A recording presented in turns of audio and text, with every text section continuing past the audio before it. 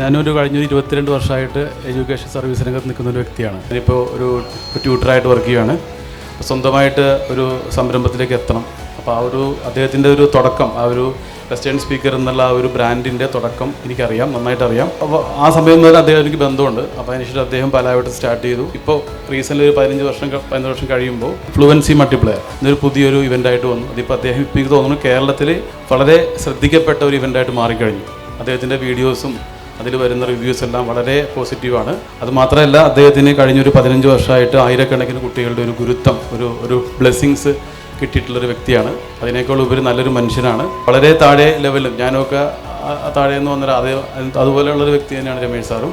അപ്പോൾ രമേശ് സാർ വളരെ താഴ്ന്ന ഇതിൽ നിന്നും സാഹചര്യങ്ങളെയൊക്കെ വളരെ പോസിറ്റീവാക്കി മാറ്റി. മുൻപ് പറഞ്ഞു, ഒരു കനൽക്കട്ട അദ്ദേഹത്തിൻ്റെ ഉള്ളിലുണ്ട്.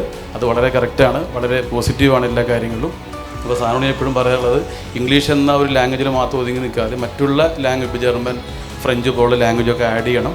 അങ്ങനെ അറിയപ്പെടുന്ന ഒരു ലാംഗ്വേജ് ലാബാക്കി മാറ്റുക. അതെപ്പോഴും ഞാൻ പറയാറുണ്ട്. ഇപ്പോൾ കേരളത്തിൽ കൊച്ചിയിൽ മാത്രമല്ല, ട്രാവൻകൂർ സൈഡിലും ട്രിവാൻഡ്രം സൈഡിലും മറ്റ് സ്റ്റേറ്റുകളിലേക്കൊക്കെ ഒരു ഇംഗ്ലീഷ് മാത്രമല്ലാതെ മറ്റ് ലാംഗ്വേജും കൂടെ ഉൾപ്പെടുത്തിക്കൊണ്ട് ഒരു വലിയൊരു ബ്രാൻഡായിട്ട് മാറട്ടെ. ഇപ്പോൾ കുറേ കൂടെ പലാവട്ടം ഓഫീസും സാർ ഇപ്പോൾ ഇങ്ങോട്ട് മാറി കുറേ കൂടെ എസ്റ്റാബ്ലിഷ്ഡ് ആയിട്ടുള്ള ഓഫീസാണ്.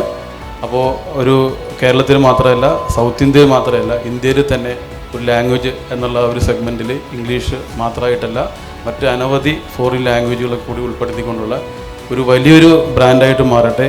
അതിലേക്കുള്ളൊരു സ്റ്റെപ്പായിട്ടൂടെ ഞാൻ ഈ ഒരു ഇവൻറ്റിനെ കാണുന്നു. എല്ലാവിധ ആശംസകളും നേരുന്നു.